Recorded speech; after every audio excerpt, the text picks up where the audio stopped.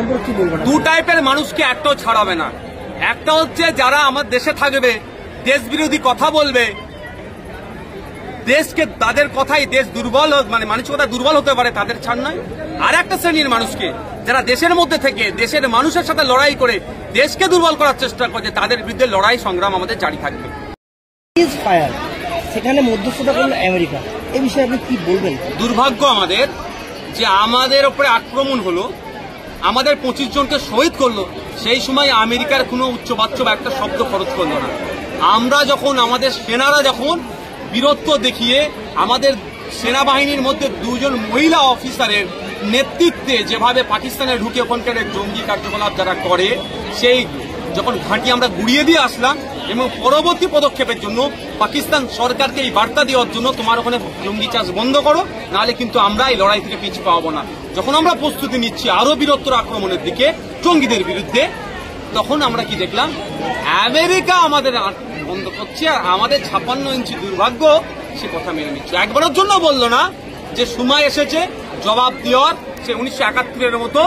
তখন আমেরিকার প্রেসিডেন্ট বলেছিল আমাদের প্রধানমন্ত্রীকে, কিন্তু প্রতি উত্তর কে দিয়েছিল, সেই দেওয়ার মতো সাহসটা দেখাতে পারল না। সেখানে মধ্যস্থতা করলো আমেরিকা, এই বিষয়ে আপনি কি বলবেন? দুর্ভাগ্য আমাদের যে আমাদের উপরে আক্রমণ হলো, আমাদের 25 জনকে শহীদ করলো, সেই সময় আমেরিকার কোনো উচ্চবাচ্য বা একটা শব্দ খরচ করলো না।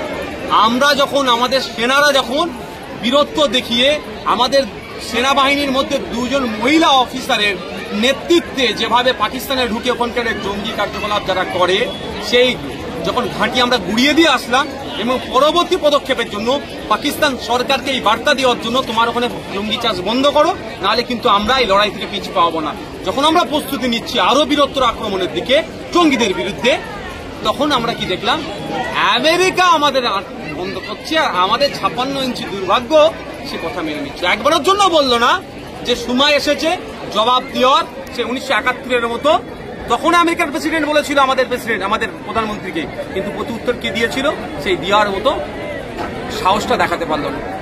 তবে অ্যাটলিস্ট দেখা যাচ্ছে কদিন ধরে সোশ্যাল মিডিয়াতে কিছু মানুষ যারা ইন্ডিয়ার বিরুদ্ধে কথা বলছে এবং পাকিস্তানের সাপোর্টে কথা বলছে, তাদের সম্পর্কে কি বলবেন? দু টাইপের মানুষকে একটাও ছাড়াবে না। একটা হচ্ছে যারা আমার দেশে থাকবে, দেশ বিরোধী কথা বলবে, দেশকে তাদের কথাই দেশ দুর্বল মানে মানসিকতা দুর্বল হতে পারে, তাদের ছাড় নয়। আর একটা শ্রেণীর মানুষকে যারা দেশের মধ্যে থেকে দেশের মানুষের সাথে লড়াই করে দেশকে দুর্বল করার চেষ্টা করছে, তাদের বিরুদ্ধে লড়াই সংগ্রাম আমাদের জারি থাকবে। দাদা, ওয়াকফ নিয়ে আপনার এখন সুপ্রিম কোর্টে আপনার অবস্থান কোন জায়গায় রয়েছে? সুপ্রিম কোর্টে মামলা চলছে আমাদের, 15 তারিখে আবার মামলার ডেট আছে। আইনি লড়াই চলবে এবং সাথে সাথে মাঠে ময়দানে শান্তিপূর্ণ ধর্মনিরপেক্ষতা বজায় রেখে আমাদের এই গণতান্ত্রিক প্রক্রিয়াতে এই লড়াই চলবে। কেউ যদি বলে দেয় যে এখানে আন্দোলন করা যাবে না, তার কথা আমরা শুনবো না। সে রিকোয়েস্ট করতে পারে, রিকোয়েস্টটা কি করতে পারে, যে আন্দোলন যেন শান্তিপূর্ণ হয়। সবসময় আমরা চাইবো আন্দোলন শান্তিপূর্ণ হোক, অশান্তি দিয়ে হিংসা দিয়ে কোনো সমস্যার সমাধান হয় না। কিন্তু কেউ যদি মনে করে রাজার বাকি সব প্রজা এই আচরণ করলে, এই আচরণকে আমরা মানবো না। থ্যাংক ইউ দাদা। কি হচ্ছে না আপনি ওনাকে ভাবতে মানা করবেন, ওনার ঘুম হচ্ছে কি হচ্ছে না, আগামী দিনে কি হবে ওনাকে জিজ্ঞাসা করুন। উনি যতই ভাবছে বিজেপির সাথে ম্যানেজ করে চলবো, বিজেপির কিছু নেতাকে তো উনি ম্যানেজ করে চলছে, নাহলে ওনার নামে যেগুলো সব আছে এডিসিবিআই তখন ওনাকে ধরে তিহার জেলে রাখতো। কিন্তু বিজেপির সাথে বকলমে ম্যানেজ করেছে, টাকার ম্যানেজ হতে পারে বা অন্য কোনো ম্যানেজ বলতে পারবো না কোন ম্যানেজ। তো ওনার বলুন ম্যানেজ যখন কেটে যাবে, অন্য দিকেও যখন দায়িত্ব পাবে বিজেপির, তখন আপনি কোন জায়গায় থাকবেন একটু দেখুন। এলাকাতে টিএমসি নেতারা দাবি করছেন যে পুলিশ মন্ত্রী মমতা বন্দ্যোপাধ্যায় এবং 26-এ পুলিশ দিয়ে খেলা হবে, কি বলবেন? এর বিরুদ্ধে কি পাল্টা অ্যাকশন নেবেন? সব সময় তো বলে, দেখা যাবে সময় হবে।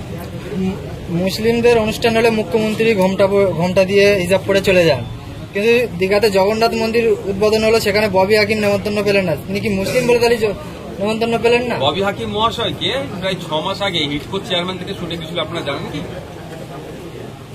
কেন সরিয়েছে? হিটকো হচ্ছে জগন্নাথ কালচারাল সেন্টার যেটা বলছে, বা জগন্নাথ মন্দির বলুন, জগন্নাথ ধাম বলুন, এটা হিটকো টোটাল তত্ত্বাবধানে হয়েছে। দেখবেন আপনি যে চিঠিটা করেছে সেটা ভাইস চেয়ারম্যান দিয়ে চিঠিটা হয়েছে, কারণ চেয়ারম্যান এখন কেউ নাই বলে ওইখানে প্ল্যানিং করেছে এটা। এখন মমতা ব্যানার্জি দরকার হিন্দু ভোট, মুসলিম ভোট। মুসলমানদেরকে বিজেপির ভয় দেখিয়ে মুসলিম ভোট পকেটে ঢুকিয়ে নিয়েছে। আমার মতন ওই তোমার মতো কয়েকটা বাকি আছে, এদের নামে মিথ্যা মামলা দিচ্ছে। এই আমরা কজন আছি এখন মমতা ব্যানার্জি এই খেলাতে আমরা মানে এর জাঁতা কলে আমরা পড়িনি। তো ইঁদুর ধরা কল জানো, খাবার দিয়ে লোক আছে ঢুকে গেলে আর বেরোতে পারবে না। ইঁদুর ধরা কলে আমরা ঢুকিনি, আমরা বলি না তোমার কলে ঢুকবো না বাবা। তো আমরা ঢুকিনি বলে আমাদের নামে মামলা দিচ্ছে, যারা ঢুকে গিয়েছে মামলা হচ্ছে না, তো ঢুকিয়ে নিয়েছি। এবার দরকার কিছু হিন্দু ভোট, হিন্দু ভাইরা ওর মমতা ব্যানার্জি বিচারিতা দেখে নিয়েছে। হিন্দু ভোট পেতে গেলে কি করতে হবে মমতা ব্যানার্জিকে? এখন এই ধরনের ধর্মকর্মের কাজ করতে হবে। আর সেখানে যদি ফিরাদ হাকিম থাকে, শুভেন্দু অধিকারী হই হই করে উঠবে। ভাইজান, শেষ প্রশ্ন, আপনি বারংবার বলেন যে যেথায় বিজেপি সেথায় তৃণমূল, কারণ জগন্নাথ মন্দির উদ্বোধন হয়েছে দীঘাতে, সেখানে আমরা দেখলাম যে দিলীপ ঘোষ মমতা বন্দ্যোপাধ্যায়ের সঙ্গে দেখা করলেন, বৈঠক করলেন। তাহলে এটা কি বলা যেতে পারে যে তৃণমূল বিজেপির মধ্যে কোনো পার্থক্য নেই? পার্থক্য কোনোদিন আছে? আমি কোনোদিন বলেছি বিজেপি তৃণমূল আলাদা। আমি আজকেও বলছি বিজেপি তৃণমূল এক, কারণ যে বিজেপির গর্বে তৃণমূলের জন্ম হয়েছে। এই সিম্বলটা যে পেয়েছে কাদের রেকমেন্ডেশনে পেয়েছে? তৃণমূলের নেতাদেরকে জিজ্ঞাসা করবেন তো। সিম্বল পেতে গেলে যদি ফিক্স সিম্বল কাদের রেকমেন্ডেশনে পেয়েছে? 1998 সালে বিজেপির হাত ধরে তৃণমূলের জন্ম হয়েছে। জন্ম হওয়ার পরে বিজেপি তৃণমূলকে ছেড়ে দেয়নি, হাত ধরে চলা শিখিয়েছে। এখন আলাদাভাবে আছে, অফিসি মানে ভিজুয়ালি দেখছে আলাদা, কিন্তু ব্যাকডোরে ব্যাক স্টেজে তো এক। বিজেপি কি করবে, তৃণমূল কি করবে, সবটাই ঠিক হয় নাগপুর থেকে। কিছু কিছু সংবাদ মাধ্যম এমন এমন কথা বলছে, উস্কানিমূলক কথা, তাতে করে পশ্চিমবাংলায় হিন্দু মুসলিমের দাঙ্গা লাগছে। রিসেন্ট গতকালকে যে ভিডিওটা ভাইরাল হয়েছে, এ নিয়ে আরামবাগ টিভি রীতিমতো তিনি খবর করেছেন। তিনি বলছেন যে এটা অস্বাভাবিকের কিছু নয়, এটা স্বাভাবিক, কারণ কাশ্মীরে হিন্দুদেরকে দেখে বেছে বেছে মারা হয়েছে, এটা স্বাভাবিক, পশ্চিমবাংলা হতেই পারে। আমি একটা কথা বলি, কাশ্মীরে ধর্ম দেখে যদি মারে সেটা ভালো কাজ করেছে কি খারাপ কাজ করেছে? সবাই এক বাক্যে বলবে খারাপ কাজ করেছে, যে অমানুষ তে বলবে ভালো কাজ করেছে।